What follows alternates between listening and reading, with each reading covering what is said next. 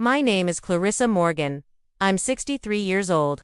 And 3 weeks ago, I buried my husband of 38 years. Edward. We built this house together, raised our children here, watched the seasons pass through the kitchen window, shared late-night talks in this living room, and planted roses in the backyard every spring. But on a quiet Tuesday morning, with the funeral flowers still wilting in their vases, the calls began. "Mom, we need to talk about the house," my son Brian said, not bothering with small talk. His voice was firm, familiar. The same tone he used when asking for money in college. Only now, he wasn't asking. He was telling. I stood in my kitchen, the coffee going cold in my mug, the one that says "World's Best Grandma." A gift from my granddaughter, Catherine. But nothing felt familiar anymore. Not the mug, not my voice, not even my reflection in the hallway mirror. And when I finally understood what Brian and my daughter Danielle were planning behind my back, when I realized their kindness was just strategy, not love, something in me broke. Or maybe for the first time, something in me finally woke up. This is not a story about revenge. It's about reclaiming your voice when everyone expects you to stay silent. About honoring the life you built, even if your own children no longer respect it. It's about what happened when my children tried to take my home and what I did instead. The next morning, Brian called again. "Mom," he said, "Danielle and I had dinner last night. We talked about your situation. It's not sustainable. That house is too big for you. It's time to think about next steps." I held the phone against my ear and stared out the kitchen window where the herb garden Edward and I once tended had grown wild. I hadn't touched it since the funeral. "There is no mortgage," I said flatly. A long pause. Then that dismissive laugh, sharp and cutting. The same one his father once used, though Edward had always used it with warmth. Brian's version held no affection. "Mom, you don't need to pretend. Dad's pension can't cover all your medications. We're worried." They weren't worried. They were circling. He launched into a pitch like it was a business deal. He and his wife wanted to buy a new place, a colonial on Maple Street. Daniel was struggling with Catherine's college fund. "If we sold your house," he said, "it would be a win-win. A win-win for them." "And where would I go?" I asked. "That's the great part," he said brightly. "Danielle has that finished basement. You'd have your own entrance, your own bathroom. It's cozy." And he made it sound like an upgrade, not a demotion. "That basement floods every spring," I said quietly. "It's been fixed, and you'd have Catherine to keep you company when she's home from college. Maybe help with meals. You know how Daniel struggles with that." I didn't respond because I remembered Thanksgiving last year, how I was seated downstairs alone while the rest of the family dined upstairs. I remembered how Daniel didn't call after the funeral. Not once. Brian continued undeterred. "Lisa's cousin Gregory is a realtor. He has a cash buyer. Quick close. We could wrap this all up in a month. Start fresh." He said it like he was doing me a favor. Like erasing 3 decades of memories and marriage was just another line item on a checklist. "Mom," he said, "we're telling you this because we care." But what he really meant was, "We want your house and we're not asking." That evening, my phone buzzed with a message from Danielle. "Mom, Brian told me about the house. I know it's hard, but it's for the best. Catherine, so excited to have Grandma living closer. Can't wait to talk details." Details as if my grief had a project timeline. I stared at the screen, reading her words over and over. Catherine was excited. The same granddaughter who hadn't called or messaged me in months, who used to spend summers baking cookies in my kitchen and planting tomatoes in the backyard, now silent since Christmas. I scrolled through our last messages. December 15th, a group text thanking everyone for holiday gifts. No personal note, no "How are you, Grandma?" No check-in after the funeral. If Catherine was excited, she hadn't told me. And Danielle, the woman who couldn't return a phone call while I was burying my husband, now wanted me to believe she was doing me a kindness, offering up her basement like it was a gift, hoping I'd cook, help with laundry, support her through meal planning tasks I used to do when she was a child, but now somehow were part of her proposal for my future. The message wasn't about care. It was about convenience, a tidy solution that checked the box of being a good daughter while putting me somewhere out of sight, but still close enough to be useful. That night, I sat alone at the kitchen table. Not one casserole dish had been touched. Not one condolence card opened again. And for the first time since Edward's death, I said the words out loud. "I'm not a burden. I'm not invisible." And I was done pretending otherwise. The next morning, I walked into Edward's study. His scent still lingered in the room, something between old books and aftershave. The sun cast long streaks across the desk we bought at an estate sale. When Brian was still in high school, I opened the bottom drawer. The one Edward always said held boring paperwork. Inside, beneath years of tax returns, was a navy blue folder thick, heavier than I expected. Inside, bank statements, investment summaries, legal documents, and then tucked between them something unexpected. A deed to a house. Not in Ohio, not in any neighboring state. In Spain, Marbella, a coastal town I'd only heard Edward mention once while flipping through a travel magazine. There were photographs, too. A whitewashed villa with blue shutters, a small terrace with a sea view, a garden lined with lemon trees, and in Edward's handwriting on the back of one photo, a place where no one needs anything from us, just peace. 6 months before his heart attack, he must have purchased it. Then I found the envelope sealed my name on the front in his familiar deliberate handwriting. Inside was a letter dated exactly 30 days after his passing. My dearest Clarissa, if you're reading this, then the silence I tried to spare you from has arrived. I know our children. I love them, but I know them, and I suspect they're already circling like vultures, convinced they know what's best for you. They don't. You are not fragile. You are not to be managed. Everything we saved, everything we built, it's yours. Not to protect, not to defend, to live. Go to the house, see the world we dreamed of. Choose yourself.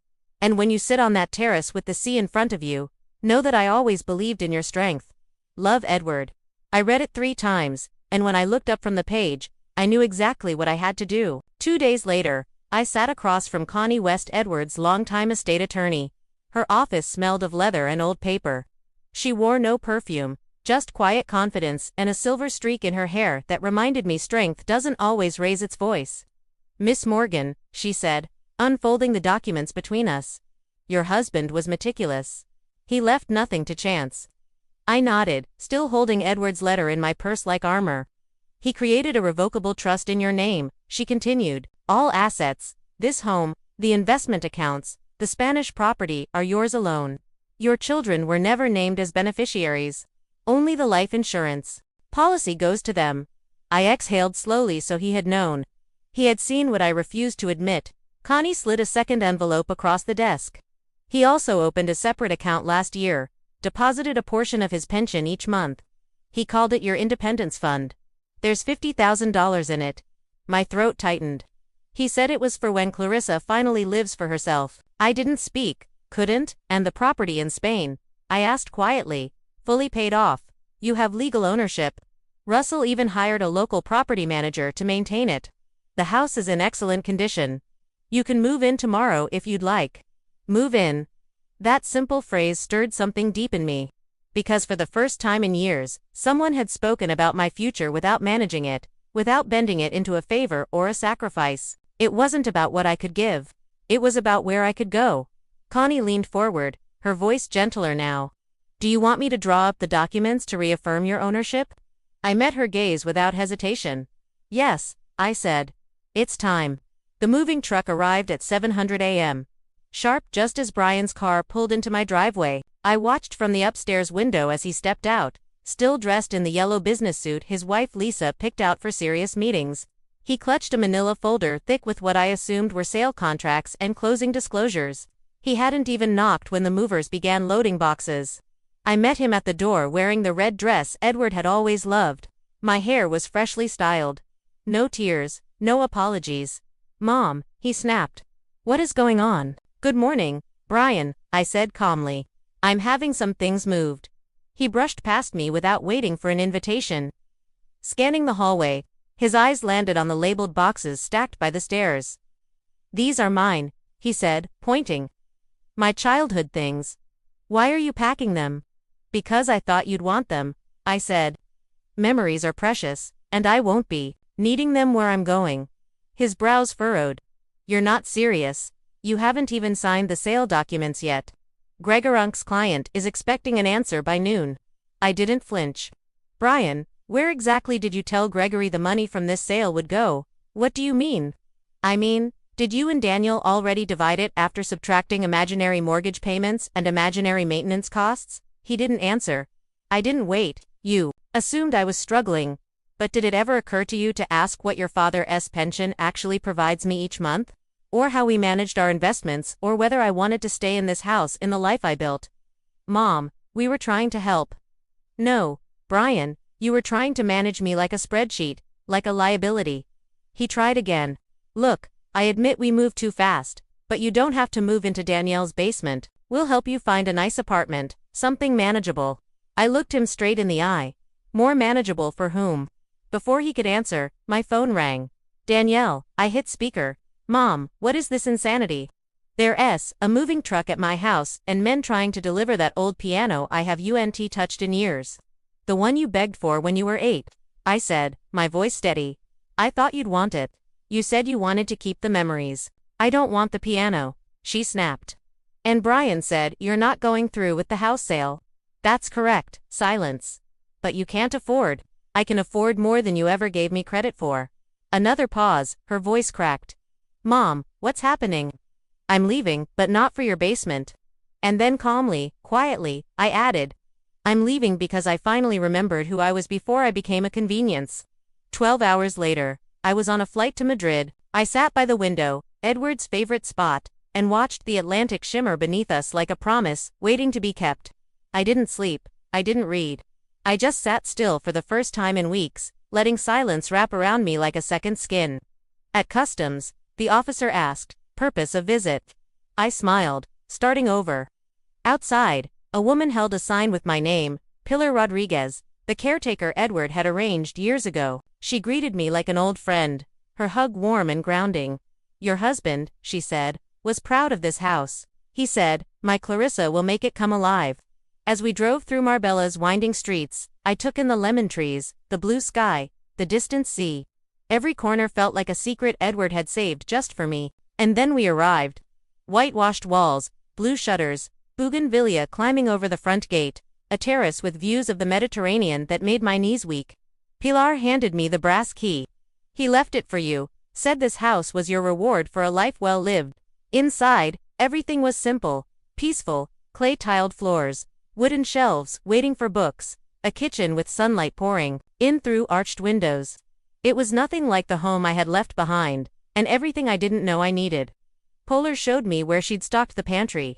Wine, bread, olive oil, cheese. Rest now, she said. Tomorrow, we walk. That night, I stood on the terrace with a glass of wine, watching the last light fade over the sea. The waves below crashed against the rocks in steady rhythm, like a heartbeat, reminding me I was still here. And for the first time in a very long time, I felt not empty, but full. Not lonely, but free. I didn't miss my children. I missed the version of myself I had almost forgotten. And I had just found her again. 4 days passed in quiet peace. I didn't check emails. I didn't answer calls. I watered the garden with Polar, tried my first Spanish lesson, and walked every morning to the local bakery where the owner had already learned my name. Then, just as the sun was setting on the 4th day, my phone buzzed. For the first time since Christmas, Catherine's name appeared on the screen. I hesitated but answered on the 4th ring. Grandma, her voice cracked with emotion. Thank God. I've been trying to reach you. There was urgency but also something else. Shame. I just found out, she continued. Mom told me you'd been sending money for college. All this time, she never said it was from you. Her voice broke. Why didn't you tell me? I leaned against the terrace rail, watching the last bit of golden light disappear behind the hills. Because I didn't need credit, Catherine, I just wanted to help. But you shouldn't have had to do it in silence, she said. I'm so sorry. I let them convince me you were fragile, that I shouldn't call too much, that you were grieving, and space was better. But all this time, I wasn't giving space. I was abandoning you. Tears welled in my eyes, but I kept my voice even. You're here now. That's what matters. Then came the words that caught me off guard. Can I come see you? I froze. Spring breaks in 3 weeks. I was supposed to go to Cancun with friends, but I want to come to Spain. I want to see the house Grandpa chose for you. I want to know you. Really know you. Not the version Mom gave me. I let the silence stretch. And then I whispered, yes, come. 3 weeks later, I stood at the arrivals gate in MAGA Airport, and when Catherine walked through the terminal doors, I barely recognized her. Gone was the polished, filtered version I'd seen in holiday photos. The curled hair, the designer tote, the too perfect smile. This was a young woman in worn jeans and a plain white t-shirt, her hair in a messy bun, eyes searching until they landed on me. "Grandma," she called out and then ran. Her hug didn't feel rehearsed or polite. It felt real, strong, like she'd been waiting years to mean it. "You look amazing," she said, stepping back. "Like radiant. Did you cut your hair?" "Just a trim," I smiled. Pilar insisted. During the drive to Marbella, she pressed her face to the window like a child, pointing at every whitewashed village, every grove of olives, every flash of sea between the hills. "This is where Grandpa wanted to bring you." I nodded. He bought the house in secret, said it was for when no one needed anything from us anymore. When we pulled into the driveway, she went still.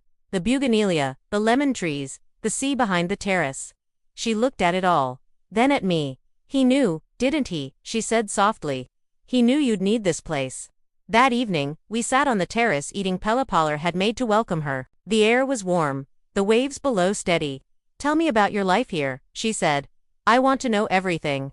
And for the first time in years, someone wasn't asking what I could give. They were asking who I was, and they genuinely wanted to hear the answer. The next morning, we walked the village together, buying fresh bread, learning names, laughing over my halting Spanish. Catherine asked about my writing, and I told her the truth. I'd started a memoir, not the novel I once dreamed of, but something more honest. A story about how easy it is to lose yourself when love turns into duty, and how hard but necessary it is to take your life back. Later that week, she sat across from me at the beach, toes buried in the sand. "Grandma," she said, "I think I want to stay. Not just for spring break, maybe longer. I don't want to go back to pretending."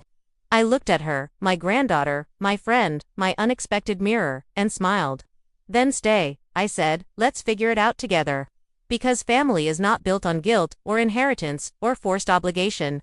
It's built on presence, on honesty, on love that asks for nothing but gives everything. If you've ever felt erased, replaced, or unappreciated by the very people you once put first, please remember this. It is never too late to choose yourself. Never too late to begin again. And never too late to be seen.